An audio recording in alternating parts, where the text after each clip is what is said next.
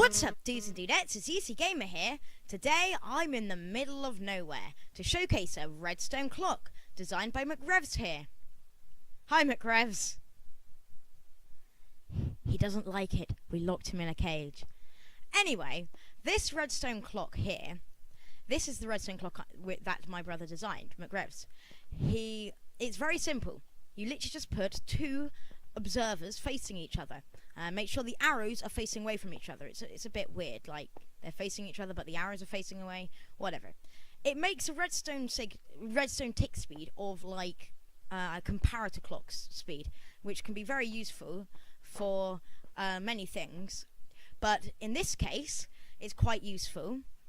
This type of clock, more than a comparator clock. One, it's smaller, which I will show you later. We have things set up for that. But two, it's completely waterproof, which is pretty awesome. So just like how redstone would usually get, redstone when water goes on it would usually get destroyed. In this case, it doesn't, and it keeps functioning completely as long as obviously it's not destroyed or anything. The reason why we have a block there is so that it can go through it. Anyway, because this clock is the speed of a comparator clock, some of the applications for using a clock that speed is like this thing, which is an extremely fast item transport system. Instead of using hoppers, which by the way are quite slow, you can use this, a row of droppers connected with observers staring at redstone and then powered by this clock. This clock is on a toggle thing. I'll show you that more in a second.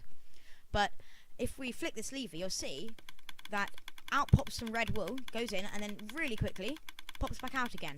Takes almost as long as it's almost as quick as it is for falling, for going back up again, because it's so quick.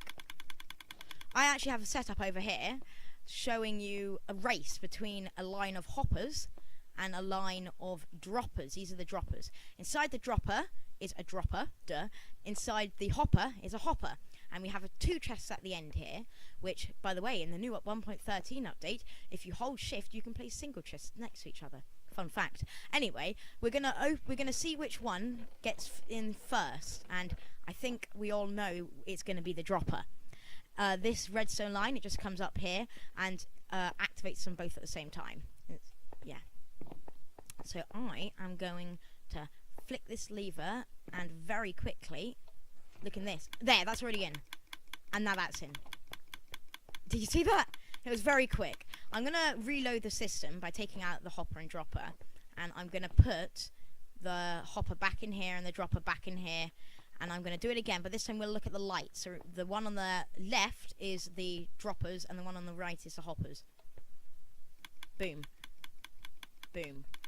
It's actually amazing how quick it is. You can't get that item speed anywhere else.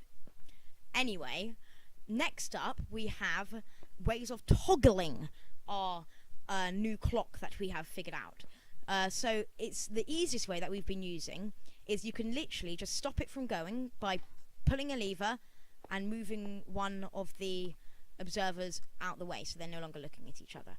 You can do it and it just works like easy. Perfect. The other way is a little bit different. So you could use this way. You can pull a lever and it locks the redstone repeater, and that's one way. Although it is a little bit weird because it can sometimes be on or off. It would just stop it from repetitively pulsing. I could use it with command blocks, but I don't know how it would work necessarily in other redstone contraptions.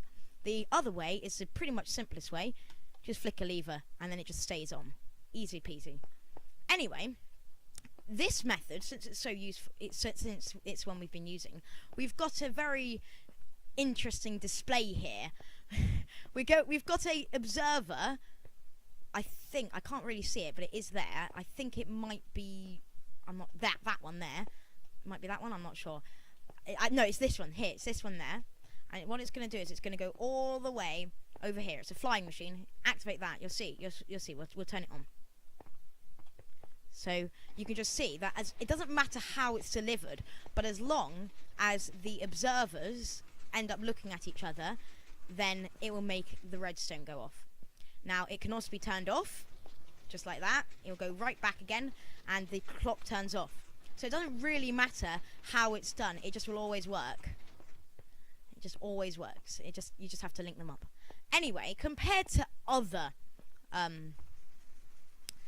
redstone clocks of the same speed, this one is quite notably the smallest. This is this one here. This one has got a toggle on though. It is quite notably the smallest, but and also most waterproof, because the rest are not waterproof. But let's have a look at the other ones anyway. So this is a comparator clock I was talking about. Very simple. You put redstone signal in there, and it comes out with the same amount of redstone speed. They're all the same. It's quiet, but it's a bit bigger, and it can only be flat, obviously, and it's not waterproof. This one, so obviously this one, that's the one we've got here. But this is a burnout clock. If you pull this, it's exactly the same. It can be upright, but it does make this horrendous sound. And you don't want that going off in your base. That's going to be really annoying, having that constantly going off in your base. Anyway, one last pretty cool thing. We've got lots of dead squids in here, it looks like.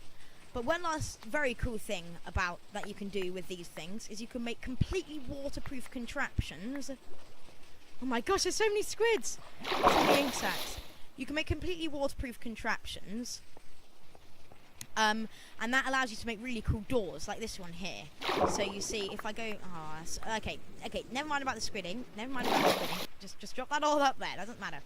But since we have got the aquatic update at hand, and that means that we need new ways to get into our new completely underwater bases.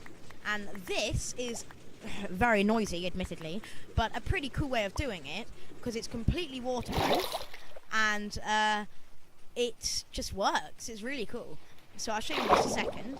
I'll just show you how it works first. So first, you have 4 pistons, and each of them have clocks next to them. So these are the clocks. You can see the 2 opposite arrows. They're going to be powering that, and each one has their own clock. I just need to go there. Whoop, there you go. So, and you can definitely see under there that there is air, can't you? You can see that. You can see that. We'll let you out later. Back, demon, back. So yeah, you can definitely see there, and it does work going through it in survival mode like this, right? Whoa. Just like that. Not really sure where I am now, but I am. Anyway, that was fun. If you enjoyed it, like it. If you want to see more videos, probably not like this, but they could be, subscribe, and I'll see you guys in the next episode. Bye!